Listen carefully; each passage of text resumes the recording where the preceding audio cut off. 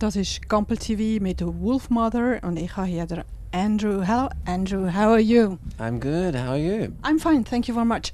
I love your haircut, and it's so refreshing to see that special haircut because we have rock stars, and I think one looks like another, and you look different. No, really, it seems to be like you're going back to the 60s, 70s, or Robert Plant, AC/DC, and stuff.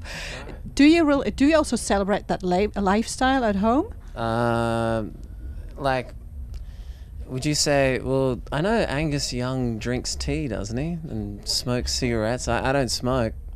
That's one thing I don't do. I mean, my lifestyle is like I live on the beach in Australia, Byron Bay, and it's pretty mellow, pretty mellow. Just, not much of a rock and roll lifestyle. Sometimes on the road, you can drink too much and get, overdo it a bit, but most of the time, yeah, I'm just at home playing guitar, chilling out.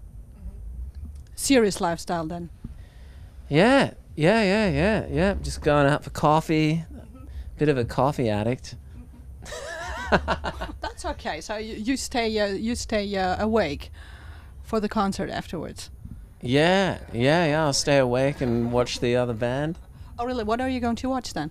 Is it a local band that's like really popular or something like? It's a German band, Die Toten Hosen. Yeah. But we don't want to talk about Die Toten Hosen. We want to talk about you, about Wolfmother, and you. You had some changes the last years because of Wolfmother, and then the band changed, and some members went and came back, and then you wanted to start a solo career, and then went back together to Wolfmother. What happened exactly that time? Was it a little bit of a midlife crisis or something like that? Bit early for a midlife crisis back then, but well, there's been a how can I describe it? When we started, I started as a 3-piece. I started with 2 guys across the road, and who just were the only people I knew who played music.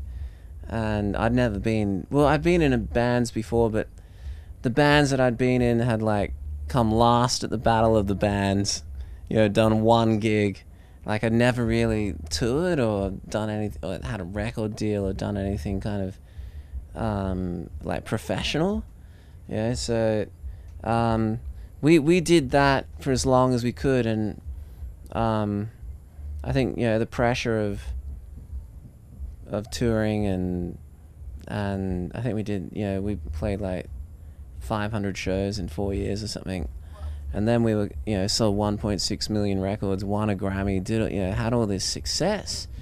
And when they left the band, I had a record deal, and I had people kind of going, "You got to make a Wolfmother record. What are you doing here?" And so I wrote another record, and I was like, "I've got to get a band together," But I didn't really know any musicians.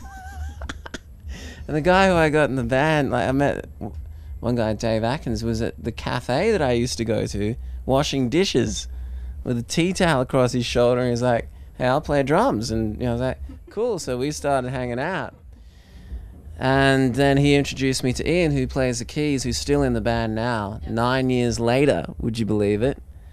And as we've progressed along, on the second record we probably did like 300 shows or something. And, it's not for everyone. This lifestyle, you're away from home, you're in a different place every day.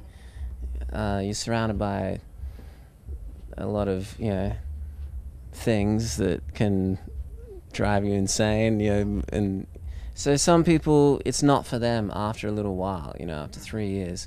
Or maybe they want to do their own thing, or maybe they think like working with me, or they don't like the way I do it, or who knows? They don't want to play woman. They don't want to play Joker. I don't know. I don't know what goes on, but it's been Ian's stuck with it. He's in the band, but a few other people, it's like, I've had to deal with people who are like, drug addicts. Okay. I've walked into the room and seen people lying on the ground with saliva coming out of their mouth who can't do the next tour, and I just, you meet someone, and you work with them, and you go, yeah, it seems cool, like a cool dude, and you're like, holy cow. But that's what it's like in rock and roll. It's like I've become like a hire and firer. I'm like a boss, you know what I mean? I'm like, I got this tour, I got this, and I meet people and I employ them, and you find out if they're like got drinking problems, if they're like just depressed, or so you're watching me like learn on the job. Yeah, right. You know what I mean? Yeah. But I think, I've been going for like 12, 13 years, and I think, far out, I look at these other bands and they come and go within 6 months, or one song, and I think, how did I last, eh? Did you maybe also think of stop and do something completely different during that time? Yeah. Like different. This is enough. No. I mean, really, this is enough because of all the problems with the band members, and then not knowing how it would go on, and then says, let's stop because this is not the life I imagine. Totally. Really? Totally. So what would have been? Sometimes I'd like. I was thinking of just like, I wouldn't mind just washing dishes and just getting it. Like I just like. Not for many years. I want a job. Yeah. I don't want all this artsy, complicated, crazy crap. I just wanted like a job.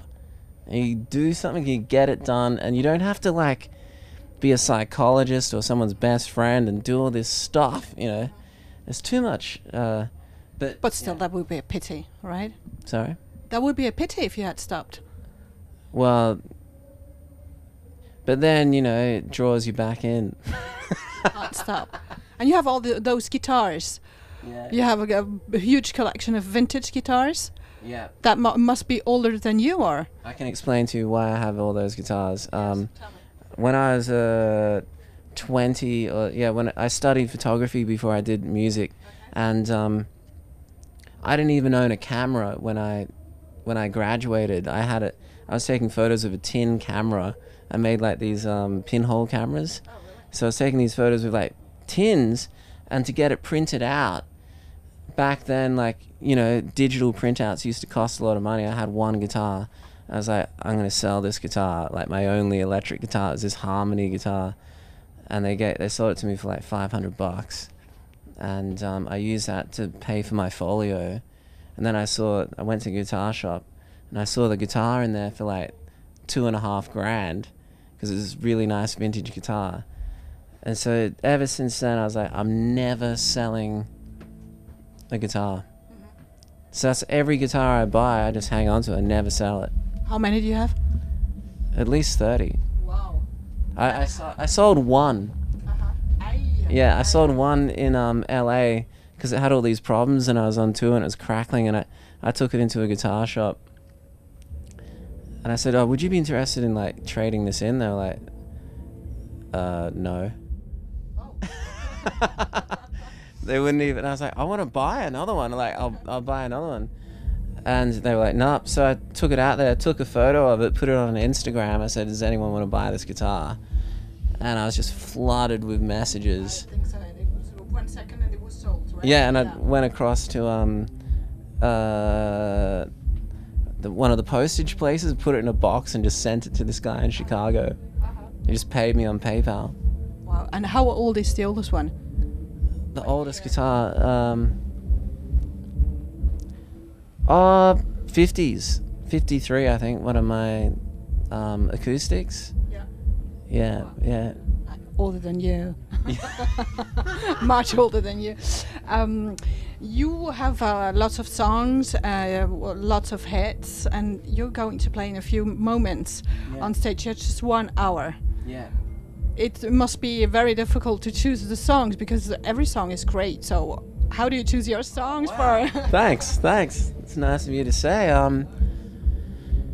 Yeah, I kind of pick the more up-tempo ones that I think are gonna get the crowd going nuts. Yeah, that's a good idea. yeah. I don't break into a ballad in front of big crowds.